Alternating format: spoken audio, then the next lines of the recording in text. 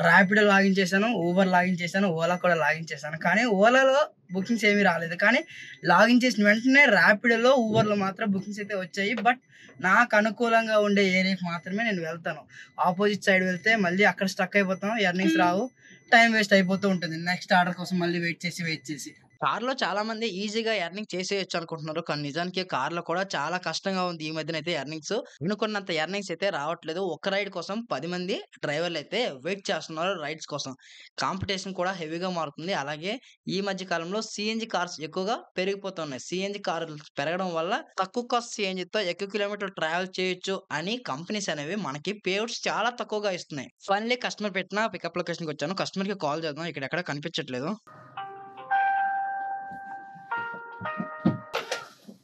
ఎక్కేయండి వెళ్ళిపోదాం. యూటర్న్ తీసేసుకుంటా.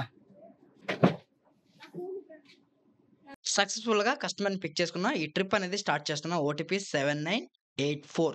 ఒకసారి డిస్టెన్స్ చూద్దాం. గో మ్యాప్స్ 19 కిలోమీటర్ చూపిస్తుంది. ఈ 19 కిలోమీటర్‌కి 53 మినిట్స్ అయితే చూపిస్తుంది. ఇంక ఆలస్యం చేయకుండా డ్రాప్ లొకేషన్‌కి వెళ్దాం. వెళ్తూ డ్రైవర్ కష్టాలు, డ్రైవర్ ఎర్నింగ్స్ ఇవన్నీ కూడా తెలుసుకుందాము. కస్టమర్‌తో ఏం మాట్లాడుతున్నావు భయ్యా అంటే చెప్తాను. ఏసీ గురించి. ఈ ఎండాకాలంలో నా కార్‌కి ఫ్రంట్‌కి మాత్రమే ఏసీ వెంట్స్ అయితే ఉంటాయి. బ్యాక్ సైడ్ అయితే ఏసీ వెంట్స్ లేవు. నేను థర్డ్‌లో పెట్టినా సరే కస్టమర్స్‌కి ఏసీ అనేది వెళ్ళట్లేదు. నేను చెరట్టిపోతున్నాను భయ్యా థర్డ్‌లో పెట్టి.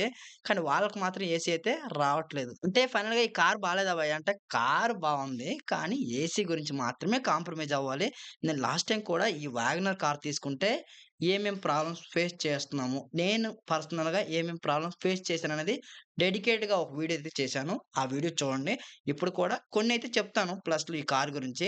టాక్సీ కోసమైతే one of the best car ఇదైతే. ఎందుకంటే మైలేజ్‌లో మనకి చాలా మంచి ఎఫిషియన్సీ అయితే ఉంటుంది. అట్ ది సేమ్ టైమ్ స్పేషియస్‌గా ఉంటుంది. వెనకాల సీఎన్‌జీ ట్యాంక్స్ ఉన్నప్పటికి కూడా మనం అక్కడైతే లగేజ్ అయితే క్యారీ చేసుకొని వెళ్ళిపోవచ్చు. అంతే కాకుండా ఈ వాగనర్ కార్‌ని సిటీ కండిషన్‌లో మెయిన్‌గా ట్రాఫిక్‌లో డ్రైవ్ చేయడానికి చాలా స్మూత్‌గా ఉంటుంది. చాలా కంఫర్ట్ అండ్ కన్వీనియంట్‌గా ఉంటుంది. మరి ఈ కార్‌లో కాన్స్ లేవా అంటే ఎందుకు లేవు చాలా ఉన్నాయి. అవి కూడా మీకు చెప్తాను. ఇప్పుడైతే కస్టమర్ పెట్టిన డ్రాప్ లొకేషన్‌కి వచ్చాను. కస్టమర్స్‌ని డ్రాప్ చేసి ట్రిప్ అయితే ఎండ్ చేద్దాం. అంతకంటే ముందు ఎనకాల వాళ్ళ లగేజ్ ఉంది. వాళ్ళ లగేజ్ అయితే ఇచ్చేద్దాం. ఇప్పుడు ట్రిప్ అనేది క్లోజ్ చేద్దాం. ఎంత ఎర్నింగ్స్ వచ్చాయో చూద్దాం. రూ. 352 ఎర్నింగ్స్ అయితే చూపిస్తుంది.